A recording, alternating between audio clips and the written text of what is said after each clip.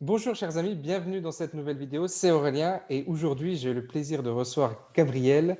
Gabriel qui a donc lancé une société d'investissement, un club d'investissement, on va appeler ça comme ça, autour de la startup. Il va nous présenter tout ça, ça va être passionnant. J'ai plein de questions à lui poser. Bonjour Gabriel. Salut, merci beaucoup de me recevoir. Je suis très content d'être là et de répondre à toutes tes questions. Voilà, alors avec Gabriel on se connaît peu, mais moi je suis assez intrigué par son approche de l'investissement parce elle est très claire, elle est même très très claire. Et je vais lui poser des questions autour de ça pour voir un petit peu le chemin qu'il a emprunté pour arriver là où il en est aujourd'hui et là où il veut aller. Et ma première question, Gabriel, c'est quelle est ta vision aujourd'hui? Quelle est ma vision? Waouh, Yes. dis donc, pour commencer, c'est pas mal. Écoute, ma vision, si, je peux te répondre parce que en fait, quand tu me poses cette question qui est pourtant très large voilà, il y a quelque chose qui me vient tout de suite. Ma vision, elle s'articule autour de plusieurs sujets et c'est la vision qui sous-tend un petit peu tout ce que je fais. J'aurai évidemment l'occasion d'en parler. Il y a deux choses. Première, l'innovation, la croissance économique, aujourd'hui, elle est quand même pas mal concentrée aux États-Unis, notamment dans la Silicon Valley. Il suffit de regarder les plus grandes startups de ces 10 ou même de ces 20 dernières années. Elles viennent quasiment toutes de la Silicon Valley. Et même sans parler de startups, on peut regarder les bourses. Si tu compares la bourse américaine, le Nasdaq, et avec les bourses européennes ou asiatiques, qui sont les autres grandes places boursières au monde, depuis des années, alors encore plus peut-être là en 2020, mais depuis des années, les bourses américaines ont surperformé parce que les entreprises finalement surperforment. Donc une des premières choses dans ma vision, c'est que les entreprises américaines ont des très très bonnes performances et que si on veut gagner de l'argent en tant qu'investisseur, il faut investir là-bas. Et puis il y a autre chose qui articule ma vision depuis des années, et on en a eu une démonstration très très récemment avec cette histoire de GameStop, de Reddit, la fameuse histoire des Wall Street Bets, etc. Moi, ça fait des années que je pense que les nouvelles technologies vont permettre de plus en plus aux particuliers, aux individus lambda comme toi et moi, de participer à ces grands jeux financiers d'investissement, etc. Donc, évidemment, je m'amuse pas du tout à faire ce genre de trucs là de Wall Street Bets et de GameStop, etc. Mais juste, ça illustre le fait que les particuliers s'emparent de plus en plus de sujets, qu'ils ont de plus en plus de pouvoir, parce qu'ils ont de plus en plus de possibilités. Aujourd'hui, on peut investir très facilement avec son portable en bourse. Et on ne peut pas aujourd'hui très facilement investir dans des startups américaines quand on est français, sauf bien sûr chez Leonis Investissement. C'est pour ça que j'ai créé ce club depuis maintenant un peu plus de 3 ans et demi. Et le but, c'est vraiment de rendre ça accessible à tout le monde, au plus grand nombre, comme le sont les autres types d'investissements, par exemple la bourse américaine pour des Français. Ok, alors tu peux nous dire deux mots sur Léonis Investissement parce que je pense que dans la communauté, tout le monde ne te connaît pas. Ouais, absolument, oui, parce que là, on parle de, voilà, qu'est-ce que c'est alors Léonis Investissement? Donc, je suis le fondateur de Léonis Investissement. Léonis Investissement, c'est donc un club d'investisseurs que j'ai créé donc il y a 3 ans et demi, ça y est, ça je l'ai dit. L'idée, c'est de se rassembler, de se réunir grâce à la technologie, Internet, etc., de se réunir en ligne pour pouvoir investir ensemble, mettre en commun notre argent et investir ensemble dans des startups dans lesquelles on n'aurait pas pu investir si on était resté tout seul. Alors pourquoi on ne peut pas investir dans ces startups? La raison principale, c'est l'argent. C'est-à-dire que ces startups-là, si on veut pouvoir investir dedans, il faut des centaines de milliers de dollars, parfois des millions de dollars. C'est le ticket d'entrée minimum. Si vous n'avez pas 100 000, 200 000, 500 000 dollars, c'est compliqué d'y rentrer, enfin c'est pas d'ailleurs voire impossible, c'est impossible d'y rentrer tout simplement, hein, disons les choses clairement. Et même si, imaginons que vous aviez les 500 000 euros en tout, mais le but c'est pas de mettre tout votre argent dans une seule startup, mais de diversifier. Donc chez Léonis, je suis parti de ce problème que j'avais. Moi, je voulais investir dans les meilleures boîtes du monde, mais elle me disait, oui, si tu veux investir, c'est 50 000, 100 000, 500 000. Je les avais pas.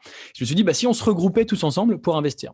Et puis, la deuxième chose, c'est bien sûr d'avoir le sourcing. Ça, c'est mon métier à moi. C'est-à-dire qu'aujourd'hui, Léonis Investissement investit sur des startups exclusivement américaines, notamment de la Silicon Valley. Et donc, le but, c'est moi, j'ai accès à ces startups-là. J'ai investi mon propre argent et je propose aux membres du club d'y investir avec moi. Quelques chiffres pour comprendre. Je demande aux membres du club d'investir un minimum de 2 000 euros par projet que je présente. Donc, c'est un montant d'investissement relativement bas. On n'est pas du tout dans les 50 000, 100 000. Mais en se réunissant, aujourd'hui dans le club, on est presque 400 membres. On arrive très vite à des montants qui sont 500, 600, 700 000 euros par projet. Et ce qui, évidemment, pour la startup, pour le coup, est très intéressant. Donc, voilà ce que je fais en quelques mots. C'est Léonis Investissement. Évidemment, ça me passionne et je suis ravi de t'en parler ce soir. Ok, ben on va en parler, mais avant ça, je voudrais comprendre comment tu es arrivé, d'où ça sort cette histoire de créer un club comme ça. Ça t'est venu d'où? Comment c'est arrivé sur la table cette histoire-là? Alors, c'est une très très bonne question. En fait, je te remercie de me la poser. C'est pas préparé du tout, hein, je précise pour les gens qui nous regardent. C'est pas un coup Non, c'est monté, pas mais préparé. voilà, la question est vraiment très très bonne. Et en fait, ça s'est fait hyper naturellement. Donc, je vais te raconter l'histoire. À l'origine, moi, je suis ingénieur de formation, mais en fait, j'ai jamais exercé le métier d'ingénieur. Je suis entrepreneur. J'ai toujours été entrepreneur, même quand j'étais en école d'ingénieur. Je montais déjà des projets. Un de mes premiers clients, c'était ma propre école d'ingénieur, alors que j'étais pas encore diplômé. Voilà, c'est ça qui m'a toujours passionné. J'ai monté plein de business. Et assez rapidement, en fait, je me suis rendu compte que ça pouvait être intéressant d'investir dans un business parce que c'est comme monter un business mais sans y passer du temps. Donc c'est génial parce que le temps est quand même assez limité. Mais si on investit, bah, on suit ce qui se passe, on voit si le business fonctionne, bah, on peut gagner de l'argent, mais on n'a pas besoin d'y passer spécialement du temps. Un peu de temps au début et éventuellement un peu de temps pour les aider et les accompagner, mais c'est pas la même chose. Et donc, assez vite, je me suis intéressé à l'investissement. Et j'ai commencé à investir tout seul, un petit peu d'argent que j'avais hérité de ma grand-mère, puis un tout petit peu d'argent que j'ai gagné quand j'ai vendu ma boîte, mais vraiment des clopinettes, hein, pas du tout de quoi prendre ma retraite à 25 ans. Mais juste, c'est que je voulais investir, mais j'avais pris pas d'argent. Très peu, j'avais quelques milliers d'euros qui traînaient. Et donc, alors à l'époque, c'était le début des plateformes d'investissement qui permettent justement d'investir avec des petites sommes. Et donc, j'étais ravi, je trouve ça génial. Waouh, des plateformes, c'est super pour les petits particuliers comme moi, etc. Et puis très vite, je creuse, ça me passionne. Moi, j'ai monté beaucoup de business, donc je regarde, je touche à tout, je regarde ce qui se fait dans les boîtes, etc., les meilleurs deals. Et je me rends compte que les super deals, ils sont pas sur les plateformes. Je me rends compte que les super deals, ils se font en privé, en secret presque, dans un cercle assez fermé d'investisseurs parisiens. À l'époque, je parlais des deals français. J'étais à Paris, voilà. Et je me dis, bon, bah, qu'à cela ne tienne, pas de problème. Si les deals, ils sont pas sur les plateformes, moi, je vais aller les chercher. Et donc, je prends mon petit téléphone et j'appelle les boîtes et je leur dis, coucou, c'est moi, Gabriel. Tu vois, j'avais, je sais pas quoi, 25 ans. Coucou, c'est Ok. moi, je voudrais investir. Alors, il y a des mecs qui me rionnaient, etc. Mais quand même, tu vois, les boîtes, elles cherchent des investisseurs. Moi, je les appelle en disant, je voudrais vous donner de l'argent. Il y a des boîtes que ça intéresse. Et c'est à ce moment-là où je fais face au problème que j'ai mentionné tout à l'heure. Les boîtes, parfois, me disent, OK, super, ça nous intéresse, ton profil, t'es entrepreneur, t'es jeune, t'es dynamique, machin, très bien. Par contre, le ticket d'entrée, c'est 50 000, 100 000, 200 000. Évidemment que je n'avais pas du tout, du tout, du tout. Et donc, plusieurs fois, je me retrouve bloqué en me disant, bon, bah, j'ai pas assez d'argent. Ça ira mieux plus tard, quand je serai riche, quand j'aurai gagné de l'argent, je pourrais, mais aujourd'hui, je peux pas, j'ai pas assez d'argent. Bon, première chose. Parallèlement à ça, et c'est comme ça que l'idée m'est venue, en fait. Parallèlement à ça, j'avais quand même fait quelques investissements, ceux sur lesquels j'avais réussi à convaincre les entrepreneurs et réussi à les convaincre d'investir un petit ticket. Donc, en général, entre 2 et 5 000 euros. Donc, des tout petits tickets. D'accord? Mais je les avais quand même convaincus. Et ça se passe très vite, bien, même très bien pour moi. Mes 5 premiers investissements, je fais très rapidement 3 exits, juste dans les années qui viennent. Alors, très rapidement, c'est en 2-3 ans. Mais ça va vite, tu vois. Et en fait, ça s'est mis à générer très rapidement de l'intérêt autour de moi. C'est-à-dire que des amis, des connaissances, des collègues, des gens sur LinkedIn que je connaissais pas ou que je connaissais de vue, que j'avais perdu de vue, se sont mis à revenir vers moi, à me contacter en me disant: ah, Gabriel, tu as investi là, il y a eu un exit, tu as gagné de l'argent, qu'est-ce que c'est que cette histoire? Comment tu as fait? Moi aussi, je veux gagner de l'argent, est-ce que tu pourrais pas me partager les bons plans, etc., etc. Tu vois? Et en fait, c'est à ce moment-là où dans ma tête, je me suis dit, attends, j'ai un problème, j'ai pas assez d'argent. Et là, il y a des gens qui veulent investir avec moi. Et voilà, j'ai relié les deux et je me suis dit, on va créer un club. Donc au départ, je l'ai créé avec des amis et des connaissances. On était 8 et voilà, ça aurait pu en rester là. Et puis effectivement, là, c'est mon côté entrepreneur qui m'a rattrapé.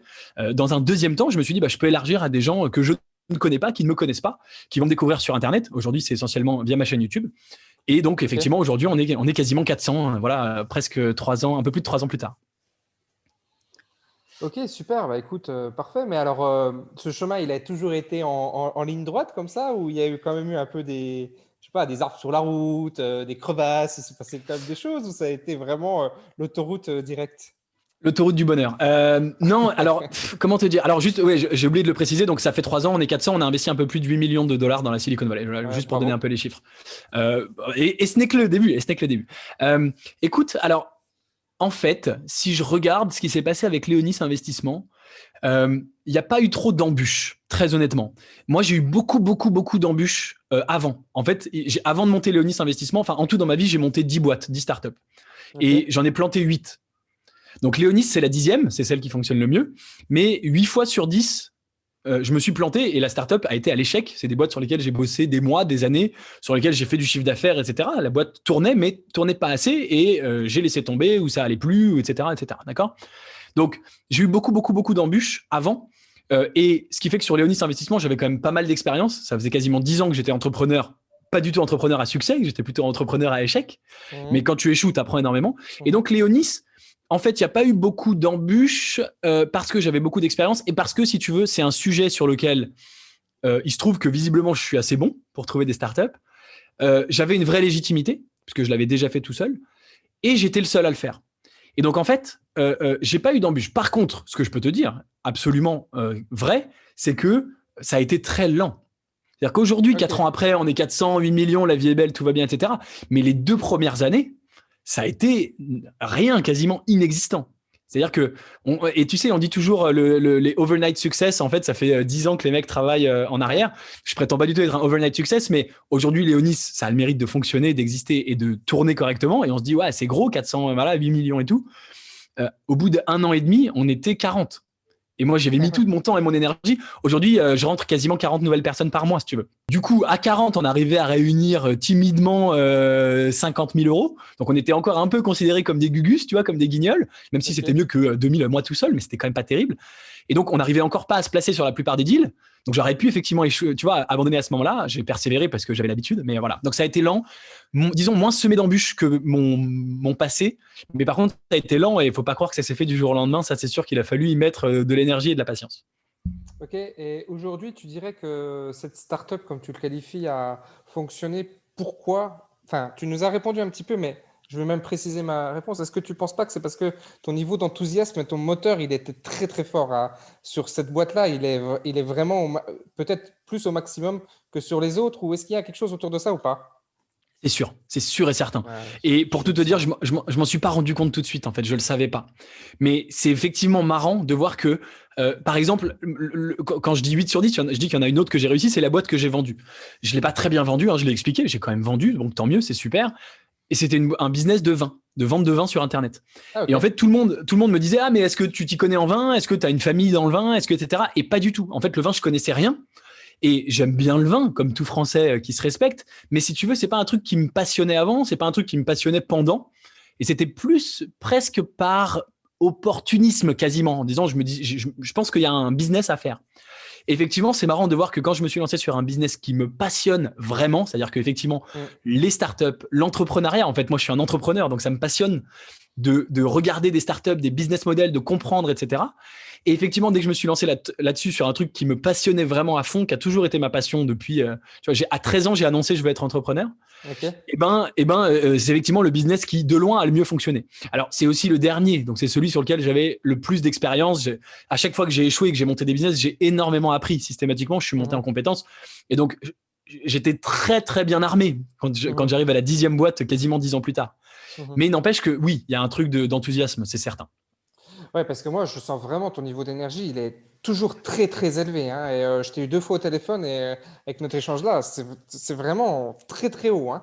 Je sais pas si Alors, tu es tout le temps comme ça, mais si, c'est alors en impressionnant, hein. fait, non, c'est gentil. Enfin, en tout cas, je le prends comme un compliment. Ah bah, ouais. Je pense qu'il est peut-être encore plus élevé quand on parle de ça, mais pour tout te dire, voilà, depuis tout petit, mes parents ont toujours blagué en disant que j'étais tombé dans la marmite de café quand j'étais petit. Donc, je crois que naturellement, j'ai un niveau d'énergie élevé. Mais oui, c'est d'autant plus. Enfin, c'est vrai que les startups, je pourrais t'en parler des heures parce que ça me passionne. Ouais. Ok, tu travailles combien de temps par semaine, du coup, tu canalises ça ou c'est vraiment, tu vas, tu regardes pas le truc? Alors, ça va beaucoup te surprendre, mais c'est très très important pour moi d'avoir une hygiène de vie. Et en fait, je travaille assez peu, figure-toi. Alors, d'ailleurs, c'est une question qu'on me pose pas souvent, mais je travaille assez peu. Je peux te le dire. En général, le matin, je me mets à bosser à 9 heures, pas avant, ce qui est pas spécialement tôt. Et en général, je m'arrête à 19 heures. Donc, tu vois, pas des journées de dingue. Ce qui est important, c'est qu'après à 19 heures, je toucherai jamais mon téléphone, je répondrai pas à un seul mail. Et le week-end, zéro. C'est-à-dire que tu m'écris le week-end, tu auras une réponse lundi matin. Donc, pour un entrepreneur qui gère ça et tout, je trouve que c'est très correct, 9h, 19h, tu vois. Et il y a des jours où je m'arrête à 18, hein, d'ailleurs. Donc, je bosse plutôt peu et je fais vraiment attention à avoir une hygiène de vie. C'est-à-dire que, effectivement, une fois que c'est terminé, je toucherai pas au portable, je répondrai pas au téléphone. C'est du temps pour ma famille, mes proches, etc. Et tu vois, je fais du sport. Et en plus de ça, alors, tu vois, je te dis 9h, 19h, mais par exemple, je prends 1 à 2 heures par jour dans la journée pour lire. Alors, je considère ça comme du travail, mais c'est aussi un plaisir et c'est aussi de la détente. Et c'est un moment où tu n'es quand même pas sous stress et sous pression. Donc, je pose tout, je laisse mon ordi, mon téléphone. Tu vois, je réponds pas au téléphone à nouveau pendant que je lis. Et pendant 1 heure ou 2, quasiment tous les jours, je vais bouquiner. Donc, je suis pas un bourreau de travail. Mais en même temps, quand on adore ce qu'on fait, on n'a pas l'impression de travailler, tu le sais. Ouais, c'est tout à fait vrai. Et pour rien te cacher, juste hier, j'ai fait un autre interview avec un autre entrepreneur qui a aussi un club d'investissement. Et il avait, enfin, on a tous le même discours, tu vois, c'est que à un moment, ce niveau, ce qu'on appelle le travail n'existe plus, tu vois, ça se fond dans autre chose, en fait. Ok, et tu as anticipé un peu une question, donc je vais y revenir, mais c'est quoi tes sources d'inspiration? Alors, je vais même diviser, Ah, puisque tu as commencé à y dis-moi. répondre. Quelles sont tes sources d'inspiration? Parce que je sais que tu lis beaucoup et tu partages sur YouTube d'ailleurs tes lectures. Alors, déjà, pourquoi? Pourquoi tu lis autant, déjà? Écoute, alors pour tout te dire, j'ai 2 parents qui sont assez littéraires et qui m'ont toujours poussé à la lecture quand j'étais gamin et j'ai Ok, toujours fait de la ok. résistance. Donc je me suis mis à lire très très tard. Je lisais pas.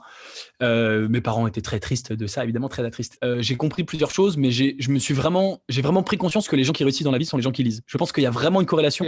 Ok. Pour tout te dire, je pose la question moi, aux entrepreneurs chez lesquels j'investis. Je leur demande est-ce que tu lis ou pas. Et ça veut pas dire que j'investis pas si je lis pas, mais c'est vraiment quelque chose d'important. Et un autre truc que j'ai compris, c'est qu'en fait, lire un livre, c'est avoir une conversation avec les gens les plus intelligents du monde. Mhm. Moi, je peux pas te parler avec Warren Buffett, je peux pas l'appeler comme ça. Mais si je lis son livre, bah, je suis en train de discuter en fait avec Warren Buffett. Je suis en train d'apprendre de lui. Mhm. Donc, j'ai compris que c'était important pour moi et j'ai compris que c'était quelque chose qui allait vraiment m'aider. Je peux te dire aujourd'hui a posteriori, même si j'ai encore le temps de lire beaucoup dans ma vie, mais déjà depuis quelques années que je lis, ça a eu effectivement un impact énorme. Effectivement, je suis un gros consommateur et effectivement, je me fixe même carrément des défis de lecture que je partage après sur YouTube. Donc, je me suis fixé en 2020 de lire 52 livres par an, c'est-à-dire 1 par semaine. Défi que j'ai raté à quelques livres près. J'ai terminé à 45 ou 47. Du coup, je me suis refixé là pour 2021 et j'espère que je vais le tenir. Et voilà, donc j'y suis arrivé. Alors, petite chose très intéressante d'ailleurs qui peut peut-être intéresser des personnes qui se disent mais moi j'aimerais bien lire mais pareil, j'y arrive pas. En fait, j'ai eu le goût de la lecture par Audible, donc les livres audio. Donc je lisais pas, enfin quand j'étais gamin j'ai lu Harry Potter, mais voilà, rien de plus. Et un jour je me suis abonné à Audible et ça me correspondait bien d'écouter les livres. Je pouvais les écouter en accéléré, en anglais, c'était sympa et tout. Et c'est par Audible que j'ai repris le goût de la lecture en général, qui fait qu'aujourd'hui je lis en papier et un petit peu en audio, Ouais.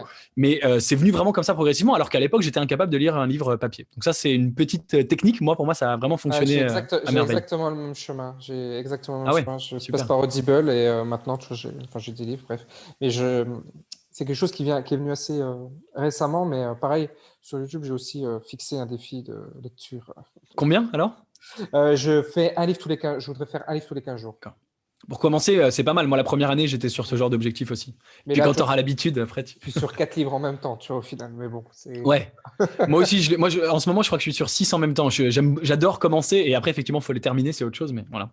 Alors, l'inspiration, Ouais. je voulais que tu évoques ce sujet-là parce que je savais qu'on avait une proximité par rapport à ça.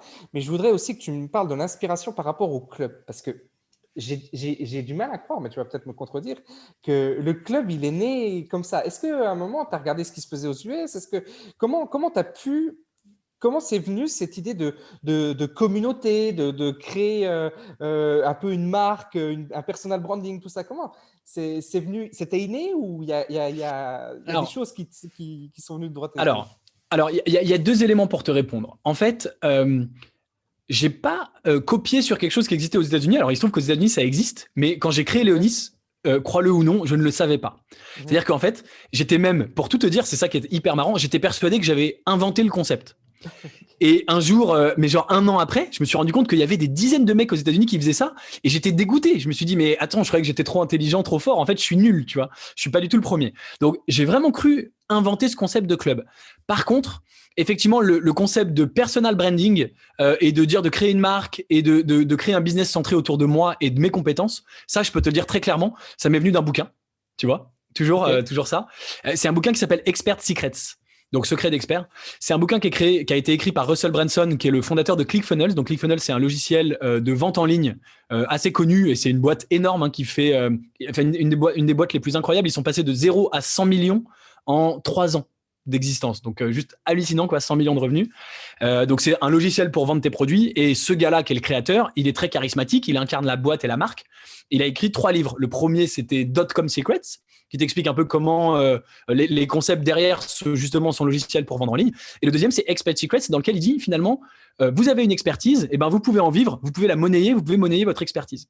Et à l'époque, j'étais à fond là-dedans, je découvre ce gars, j'adore ce qu'il fait, etc., etc. Je trouve qu'il est dingue. Et pour tout te dire, c'est hallucinant. En fait, j'ai même commencé parce que je trouvais le bouquin est tellement bien, le gars tellement smart, tellement intelligent, lui aussi, il a une énergie de dingue, etc. Et je me suis dit, j'étais sur un autre business à l'époque et je me suis dit, en fait, je veux tester pour voir si ce qu'il dit, ça fonctionne. Et j'ai créé Léonis Investissement au tout début. C'est la première fois que je raconte ça. C'est marrant parce qu'on m'a jamais posé la question, mais tu vois, j'y repense en te le racontant.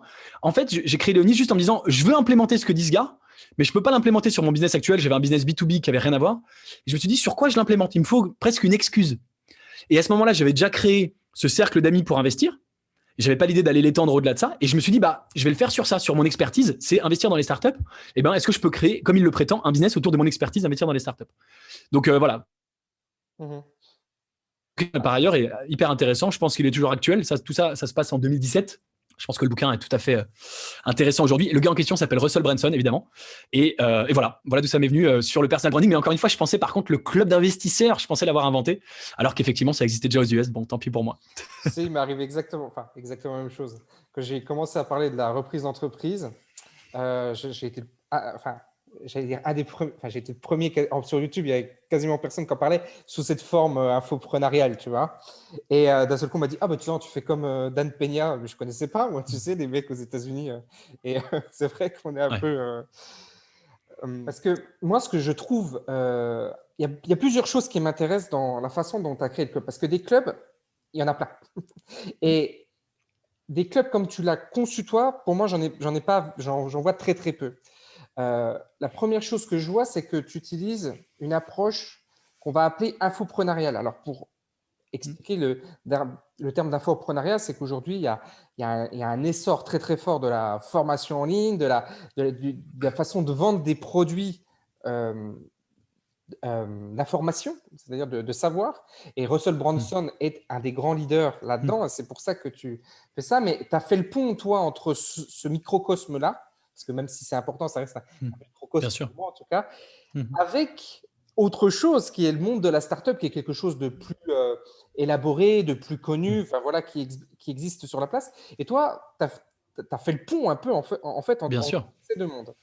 Alors ça, déjà, bravo pour ça. Il y a une deuxième chose aussi que je vois chez toi, c'est que tu as vraiment appliqué à fond the one thing, quoi. Vraiment faire qu'une seule chose. Alors peut-être que c'est un biais qu'on a en te voyant, mais moi j'ai vraiment l'impression que tu t'es focus que sur ça, quoi. Il n'y a pas à l'exclusion de tout le reste. Absolument. C'est vraiment remarquable. Je ne suis pas là pour t'envoyer des fleurs, mais vraiment, tu as Merci. de remarquable là-dessus parce que très souvent, et encore plus dans l'entrepreneuriat, le besoin de diversité, il est très, très fort. Et on a besoin de taper un peu à toutes les portes. Et on est toujours, un certain nombre d'entrepreneurs, on a besoin de reprendre le paperboard et de se dire, OK, où est-ce que je vais? Quelle est ma direction? Et toi, de se recentrer. Et toi, tu t'es centré tout de suite et tu avances très, très fort parce que tu es très centré. Qu'est-ce que tu penses de cette analyse? Alors, ouais, elle est absolument exacte. Elle est correcte. Tu as tout à fait compris, effectivement, mais ça n'a pas commencé comme ça. C'est-à-dire qu'en fait, je me suis forcé à devenir comme ça. Quand je te dis que j'ai créé 10 startups dans ma vie, c'est que j'étais le genre de type, j'étais jeune, à 23 ans, 25 ans, qui tous les mois créait un nouveau business et parfois j'avais 2, 3, 4 business en même temps. Et en fait, je m'en suis pas rendu compte à l'époque, évidemment, mais c'est le meilleur moyen que ça marche pas et de tous les planter. Et donc, au bout d'un moment, à force d'échouer, j'ai compris qu'une des raisons de mon échec, pas la seule, c'est que je faisais plusieurs choses en même temps. Donc déjà, j'ai voulu faire qu'un seul business. Et puis, quand j'ai lancé Léonis Investissement, en fait, j'ai aussi testé plusieurs choses. J'ai effectivement testé un peu de vendre des formations à la méthode infoprenariale. J'ai testé un autre club d'investissement sur la crypto-monnaie, puisque en 2017, c'était la crypto-monnaie, c'était tu vois, voilà. Donc, j'ai testé plusieurs choses. Et puis, en fait, j'ai eu cette chance, ça m'est arrivé qu'une fois dans ma vie, quasiment, en gros, c'est que là, il y a un truc qui a vraiment pris. Il y a vraiment un produit qui a rencontré son audience. On peut appeler ça le product market fit. Moi, j'ai eu de la traction, donc j'ai commencé à voir que ça plaisait aux gens, que ça répondait à un vrai besoin, que c'était unique, que j'arrivais à gagner de l'argent avec ça. C'est le but de créer son business. Et donc, en fait, effectivement, au bout d'un moment, j'ai compris, et je crois que j'ai eu le switch vraiment pour être laser focus début 2019. Effectivement, en 2018, j'ai lu The One Thing et j'ai compris, et il explique ça. Et donc, début 2019, j'ai pris la décision, en fait, d'arrêter tout le reste. Plus de formations, plus de club crypto, plus de rien. J'ai même arrêté sur YouTube de faire des vidéos sur la crypto-monnaie, qui s'intéressait à la crypto-monnaie, pas aux startups. Donc, je me suis dit, je préfère faire moins de vues et faire moins d'abonnés, mais que ce soit vraiment centré, tu vois, sur les startups. Et j'ai dit, je me concentre sur mon club startup et je fais que ça. Et bon, toi, tu dis, c'est génial, c'est admiratif et tout. Bon, c'est gentil. Mais en fait, si tu veux, pour moi, c'était comme une évidence finalement, puisque c'était vraiment de très, très loin ce qui marchait le mieux, ce qui intéressait les gens. Et donc, voilà, la décision a été évidente en fait pour moi. Je me suis dit, voilà, il faut que j'aille à fond là-dedans puisque je suis le seul. Évidemment parce que ça me plaît et parce que ça rencontre son marché, quoi. Voilà. Ok, non, mais c'est un point vraiment, vraiment important et bravo pour ça. Alors, je connais quelqu'un aux US, enfin, je le connais pas, mais je ne sais pas si tu le connais, qui s'appelle John Henry, qui est un jeune portoricain qui a lancé une start-up, enfin, il a lancé un fonds d'investissement, d'accord? Et lui, son approche, il est passé sur Viceland. D'accord? Et il avait une série, d'accord? Tu avais, je sais pas, il y a 6 ou 7 épisodes et tu le suis dans cette démarche parce qu'il a un petit peu ton profil, il a lancé une startup qu'il a revendue et suite à ça, à travers la chaîne Viceland, il va dans le Bronx, c'est une approche communautaire pour le coup, et il va dans le Bronx et il va soutenir des jeunes startups et il les accompagne, tu vois, il fait comme de l'accompagnement. La série, elle est extraordinaire. Franchement, bon, je vais regarder, super. Il faut absolument que tu la vois, elle est extraordinaire. Et il a gagné de la visibilité à travers, évidemment, Viceland, puisque c'est très, très regardé. Et il a monté un fonds d'investissement qui s'appelle Harlem Capital, qui n'investit qu'auprès de minorités. Super, trop bien. Donc, il en faut, c'est génial. Voilà, lui, il a vraiment pris cette niche-là. Il investit qu'auprès de minorités. Par contre, il fait quelque chose de différent de toi. Enfin, il y a des choses qui sont différentes, mais là, il y a quelque chose d'assez différent. C'est que lui, son mode de financement, et c'est peut-être aussi parce que c'est aux US, il ne se fait financer que par des institutionnels ou des fonds déjà établis. Et il lève, je crois que dans la série, on voit qu'il lève 50 ou 100 millions d'ailleurs comme ça. Bon, c'est New York, etc. Mais c'est normal, on va dire. Et on le voit faire. C'est très, très intéressant d'ailleurs. Et toi, tu as pris un autre parti qui est le parti des particuliers. Alors, pourquoi les particuliers et pourquoi tu ne te tournes pas, toi aussi, vers des… Parce que l'argent est là, d'accord? Il y a des gens qui demandent à placer de l'argent, des fonds, des institutionnels. Et pourquoi tu ne te tournes pas vers eux et pourquoi tu restes focus sur les particuliers? Écoute, alors, bon, déjà, rien ne dit, moi, je ne m'interdis pas un jour de me tourner vers eux. Ça pourra venir. Effectivement, aujourd'hui, ce n'est pas du tout dans ce que je fais, mais on ne sait pas de quoi demain sera fait. Ce que je peux te dire, c'est que, en fait, c'est vraiment ce club. Tu sais, on dit souvent, c'est les fondateurs qui avaient un problème et qui ont voulu le résoudre eux-mêmes. Ce club, c'est vraiment ça. C'est-à-dire que j'avais vraiment un problème. Je me rappelle de moi. Aujourd'hui, bien sûr, j'investis à coût de quasiment de millions dans des boîtes, donc tout va bien, si tu veux. Mais je me rappelle de moi en 2013, 2014, etc., quand je voulais investir dans ces boîtes, mais que j'avais que 2000 € à y investir et que c'était impossible.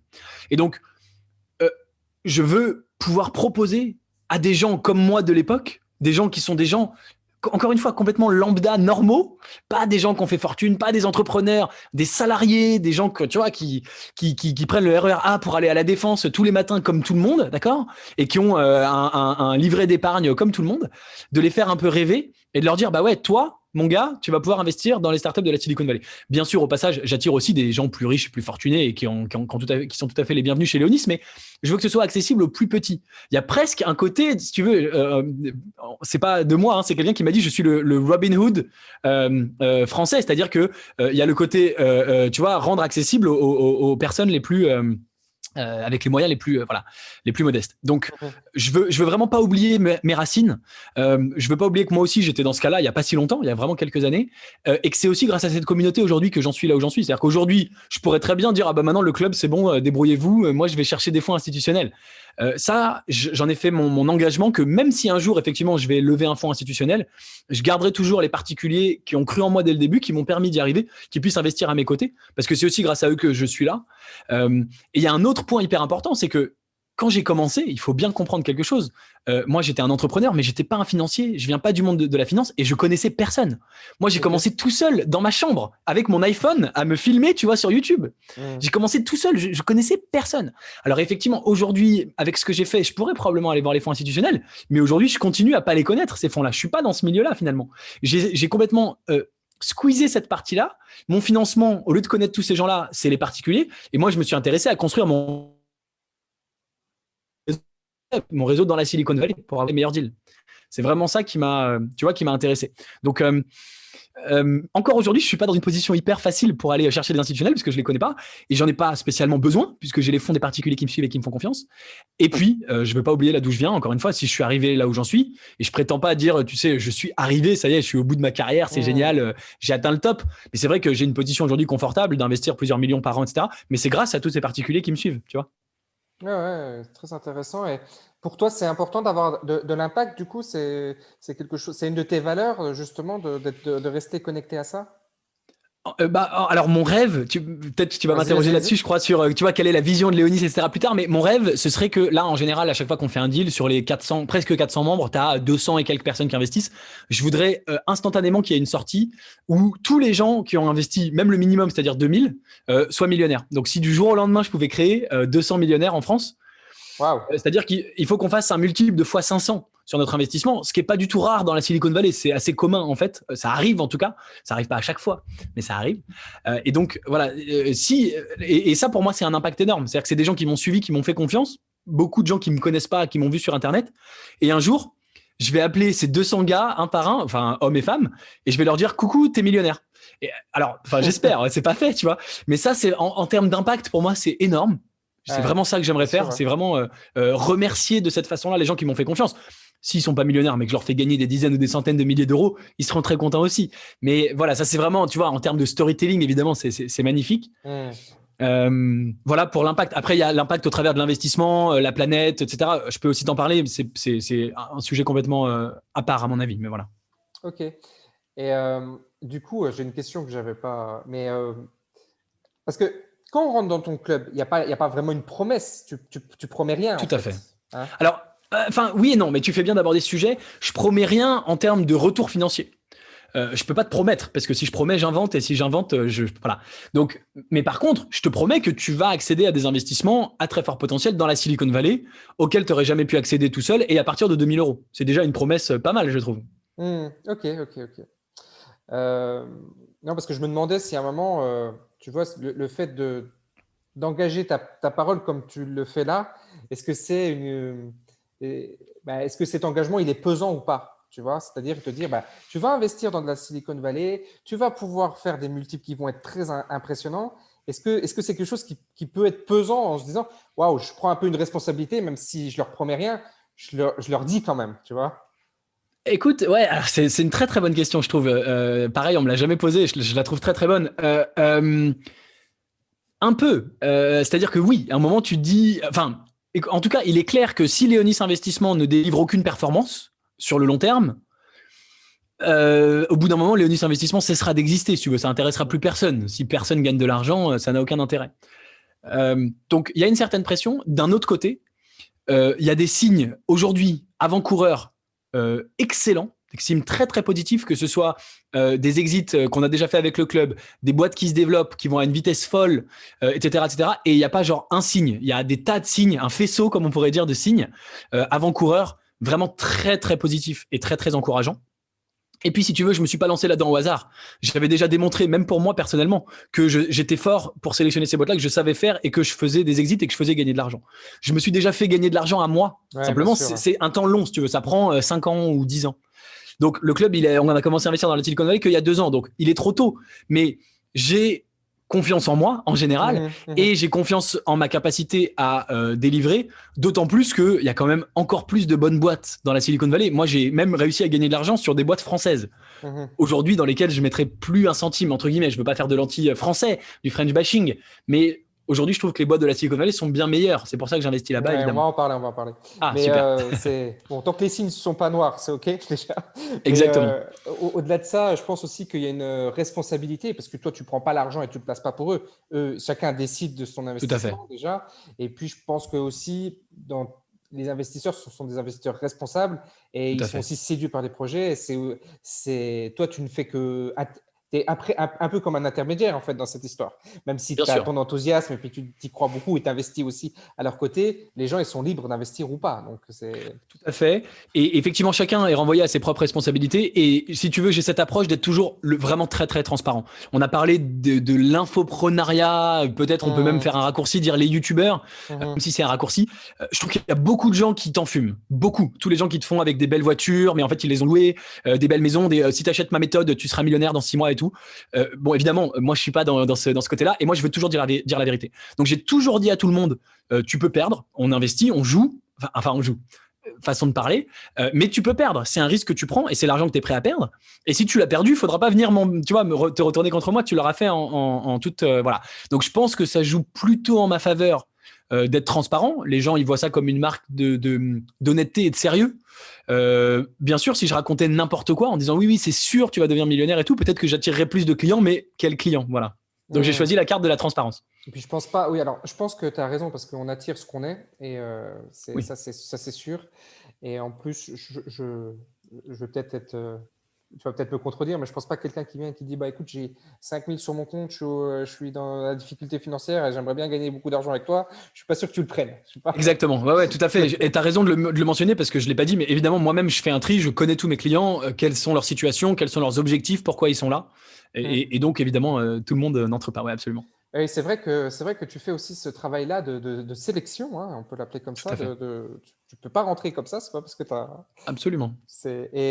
Donc ça, c'est un travail que tu fais toi, du coup. Oui, alors il est automatisé en grande partie par des filtres, des robots, voilà. Mais derrière, effectivement, aujourd'hui encore, c'est comme ça depuis quasiment le début. Aujourd'hui, c'est moi qui parle individuellement à toutes les personnes qui veulent rentrer.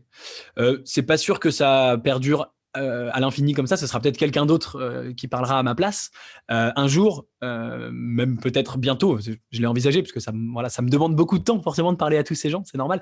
Mais en tout cas, si tu veux, c'est quand même très important pour moi aujourd'hui d'avoir ce contact vraiment direct avec tout le monde pour les connaître. Encore une fois, effectivement, savoir pourquoi ils sont là, quels sont leurs objectifs, qu'est-ce qui est derrière tout ça, etc. Alors, j'ai la chance, parce que j'ai mis en place des bons outils de tri en amont. Ouais. En fait, une fois que je parle à quelqu'un, 90% du temps, c'est des gens qui sont effectivement qualifiés, qui sont dans la bonne démarche et qui ne sont pas effectivement des gens qui me disent « j'ai 5 000 euros, je suis au RSA et je veux faire fortune ».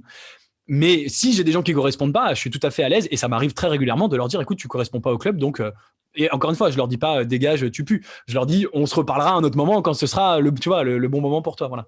Ouais, c'est sûr. Et j'ai vu passer quelque chose, mais mon esprit n'est plus très clair. Il me semble aussi que tu communiques en anglais, non? Ou c'est quelque chose que j'ai… Tu as fait des vidéos en anglais, non? Oui, alors ouais. Pour m'amuser, j'ai une petite chaîne. Enfin, mais je la maintiens plus. J'ai une autre chaîne YouTube en anglais, ouais. Okay, j'ai lancé ça comme ça, un peu pour voir et tout, en me disant est-ce que je lancerai pas Léonis aux États-Unis, machin et tout. Finalement, ça a rien donné. Et pour tout te dire, ça fait des mois et des mois que j'ai plus publié. J'ai quand même, je crois, 1000 abonnés à peu près, mais j'ai plus publié depuis longtemps. On en revient à one thing, faire quelque chose, le faire bien, et tu vois. Voilà. Ok. Alors aujourd'hui, tu es installé en France. Est-ce que ça, c'est quelque chose qui est définitif? Enfin, ce ne sera jamais définitif, mais je veux dire, est-ce que tu as intégré ce paramètre d'être en France dans ce club ou pas? Et dans ta fiscalité, etc.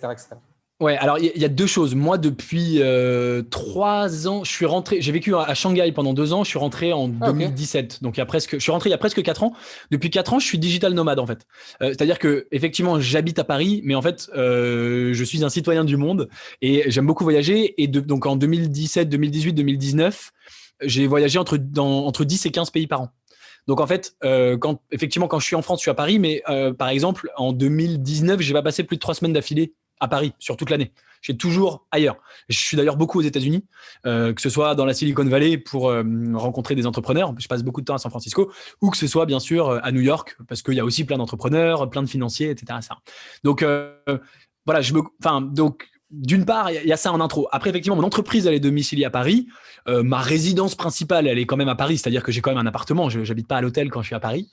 Il n'est pas prévu que ça change, notamment pour mon entreprise, parce que c'est rassurant pour les membres, comme on parle quand même d'argent, d'investissement.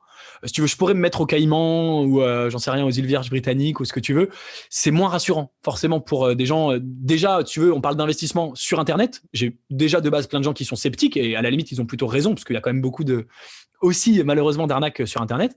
Donc voilà. Et d'ailleurs, je communique beaucoup dessus. Je communique beaucoup dessus en disant mon entreprise est française, mon compte bancaire il est français dans une banque française, etc., etc. Je pense que c'est rassurant. Donc j'ai pas du tout prévu d'aller ailleurs, sachant qu'en plus, effectivement, en fait, j'ai pas date. Enfin, je peux voyager comme je veux. Voilà. Alors effectivement. Si je m'amusais à aller ailleurs, je ferais des énormes économies d'impôts. Mais encore une fois, c'est pour rassurer tout le monde. Et je suis français, j'ai bénéficié de l'école française, du système de santé français. Donc, bon, je paye des impôts. Voilà, c'est pas grave. C'est un bon problème à avoir. Ouais. Ça aurait été presque normal que tu sois aux US, tu vois, que tu sois directement sur la place à San Francisco ou tu vois, dans la Silicon Valley et que tu sois implanté même là-bas, tu vois. Ouais, tu sais, moi je dis que San Francisco c'est ma deuxième maison. J'y passe énormément de temps. Ah ok, d'accord. Voilà, je passe beaucoup de temps à San Francisco à rencontrer les entrepreneurs. Après, tu vois, la taxation en Californie, elle est équivalente à la taxation française, donc j'ai pas grand-chose à y gagner, à part de me compliquer la vie, de potentiellement être doublement imposé aux États-Unis et en France. Tu sais, les Américains, quand tu commences à rentrer dans leur système, ils rigolent pas. Après, ils te lâchent plus. Par exemple, les États-Unis m'ont offert un visa permanent. Tu sais, il y a beaucoup de gens qui veulent aller, tu vois, de façon, c'est super dur de résider aux États-Unis. Moi, si je veux aller vivre aux États-Unis, m'installer, j'ai pas de problème de visa, je peux le faire, etc. Mais j'ai choisi de pas le faire. Je préfère venir avec un visa touriste 3 mois et voilà. Pareil tu vois, tout simplement parce que justement, quand tu rentres dans le système, que tu commences à être imposé là-bas, c'est hyper compliqué. Je suis bien en France. C'est un truc que je dis. Je parle énormément d'économie, d'investissement avec mon père, qui n'était pas spécialement là-dedans avant, mais par moi, il s'y intéresse beaucoup. C'est un de mes premiers soutiens, un des premiers membres du club, etc., etc. Okay. Et on a une espèce de phrase qu'on se répète tout le temps. On se dit qu'il faut investir son argent aux États-Unis et habiter en Europe, en France, et pas l'inverse. C'est-à-dire qu'aux États-Unis, tu vis quand même super mal, t'as pas de sécu, tu bouffes mal, tout coûte cher. Tu vois, alors j'ai pas encore d'enfants, mais c'est dans mes projets. Et quand t'as des enfants, c'est horrible, l'école, l'accouchement, le machin et tout. Donc, alors qu'en France, tout ça, c'est génial. On vit dans un pays quand même là-dessus formidable. Donc voilà, investir son argent aux États-Unis et vivre en Europe, et surtout pas l'inverse. Ok, écoute, c'est bien parce que tu démystifies aussi un peu un propos qui est une croyance commune, tu vois, un peu qu'on peut avoir sur les US et merci pour après, j'adore. Hein. Non, mais après, j'adore les US. Mais c'est vrai que voilà, il y a et puis même San Francisco, c'est pas tout rose. Hein. Je sais pas si tu connais, mais c'est plein de clochards. Là, quand il y a eu les incendies, ils ont eu des coupures d'électricité tous les jours pendant un mois. Enfin, je veux dire, les infrastructures sont beaucoup moins bonnes. Il y a pas le train. Tu veux aller de San Francisco à Stanford, il y a un train toutes les 2 heures. Sinon, t'es obligé de louer une bagnole parce que c'est le royaume de la bagnole. Enfin, on se rend pas compte, mais Paris, c'est chouette, hein, franchement, voilà. Ouais, j'y suis pas allé, je devais y aller, mais Covid a fait que on n'a pas pu se déplacer, mais c'était prévu parce que j'ai fait un tour du monde là, donc c'était prévu, tu vois, de le faire.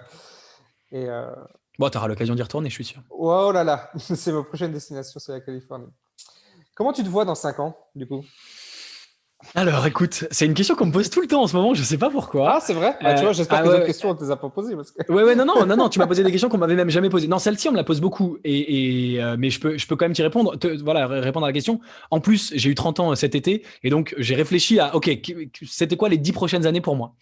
Et j'en ai même fait quelques vidéos sur YouTube et tout, enfin peu importe. Donc j'ai déjà eu cette réflexion. Écoute, la réponse number one, la réponse principale, c'est ce qu'on s'est dit, c'est the one thing.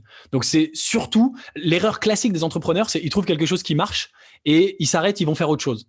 Donc c'est une erreur complètement débile, même si on en est tous potentiellement coupables. Donc surtout, il faut pas que je me laisse avoir à me dire je vais faire autre chose. Donc j'ai trouvé un truc qui fonctionne bien, c'est Léonis, qui de surcroît me plaît énormément, c'est ça qui est formidable. Et donc surtout, je veux pas changer.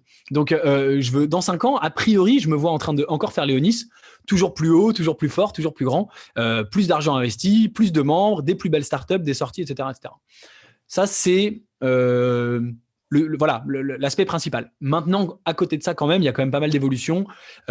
Je cherche, c'est un de mes objectifs de mon année 2021, à structurer Léonis Investissement pour que l'entreprise puisse potentiellement fonctionner sans moi. Non pas que je souhaite arrêter, mais si jamais il m'arrive quelque chose ou si jamais effectivement j'ai envie à un moment de réduire, que l'entreprise puisse fonctionner sans moi. Et ça m'aidera aussi à avoir plus de clients, parce qu'effectivement aujourd'hui l'entreprise est complètement centrée sur moi. C'est un peu le personal branding, et ça peut être un atout, mais c'est aussi un inconvénient. Il y a beaucoup de gens, beaucoup de mes clients qui me demandent, mais le jour où tu as envie d'arrêter, qu'est-ce qui se passe, etc. Et encore une fois, j'ai pas envie d'arrêter, mais c'est bien d'avoir une réponse, de leur dire, bah écoute, le jour où j'arrête, t'inquiète pas, c'est prévu. Aujourd'hui, c'est pas encore tout à fait prévu, donc je mets tout ça en place. Et puis effectivement, je réfléchis à la suite. J'ai beaucoup suivi, enfin, je me suis beaucoup intéressé à cette histoire des SPAC aux États-Unis, les Special j'ai vu que Purpose tu avais fait Acquisition. tu peux en parler parce que j'ai vu que j'ai regardé en plus que la moitié de cette vidéo et tu peux nous en dire deux mots, c'est quoi les SPAC? Ouais, avec plaisir. Alors attends, du coup, on rentre dans un autre truc, mais juste pour dire que les SPAC, ça pourrait être un truc. Pas d'en parler. Ouais. Ça, en tout cas, ça pourrait être un truc qui pourrait m'intéresser. En fait, c'est proche de ce que fait Léonis, les SPAC. C'est un truc assez génial. C'est des espèces de, donc ça veut dire Special Purpose Acquisition Company. C'est quelqu'un de connu, donc en général des investisseurs connus aux États-Unis, qui va coter une boîte en bourse, mais une boîte vide, une coquille vide. Donc il met des actions en bourse d'une boîte qui représente rien, et elles sont toutes à $10. Et il dit, bah, si quelqu'un veut en acheter, achetez-les autant que vous voulez, $10, $100, $1000. Donc c'est une sorte de levée de fonds, mais en bourse. Il met les actions, il dit chacun peut participer. Ça dure un certain temps, vous avez 3 mois pour vous décider. Au bout de 3 mois, il ferme et il dit, voilà, j'ai récolté tant. Donc les gens ont acheté et ça fait tant de millions ou de milliards. Hein. Il y a des SPAC qui ont levé des milliards aux États-Unis. Et maintenant, donc c'est surnommé les blank check company, donc le chèque vide, enfin la carte blanche, quoi, la compagnie carte blanche. Une fois qu'il a cet argent-là, il va aller trouver une entreprise privée, une entreprise qui est non cotée, une startup, une grosse startup par exemple, et il va investir cet argent dans la startup. Donc, ce qui est hyper intéressant, c'est que instantanément la startup se retrouve cotée en bourse, puisque les actions de la SPAC sont cotées en bourse. Donc, ça donne de la liquidité. Et instantanément, une fois qu'on a le nom de la startup, eh ben, le prix des actions augmente parce qu'il y a un côté de « Ah, je veux trouver cette boîte-là ». Donc, c'est quelque chose qui va remplacer petit à petit les IPO. En 2021, il y a eu 3 fois plus de SPAC, de boîtes qui sont entrées en bourse par SPAC que par IPO sur le début d'année 2021. Donc, il y a de plus en plus de boîtes qui veulent rentrer comme ça parce que c'est un processus beaucoup plus simple. Il suffit que tu dises au gars, bah, OK, t'entres au capital, alors que faire une IPO, c'est hyper compliqué. Il faut faire un prospectus, il faut qu'il soit validé, il faut faire un roadshow, il faut faire machin. Donc, c'est beaucoup plus simple, c'est beaucoup plus souple. Tout le monde est gagnant. L'entreprise, elle est gagnante parce que c'est plus simple. Les gens qui ont cru dans l'investisseur de base, ils sont gagnants parce qu'ils sont entrés à $10 et dès que c'est annoncé, eh ben, le prix peut monter à 15, 20, 30, $40. Le gars qui a organisé ça, il est gagnant parce qu'il a une commission évidemment du total qui lui revient pour avoir organisé le deal.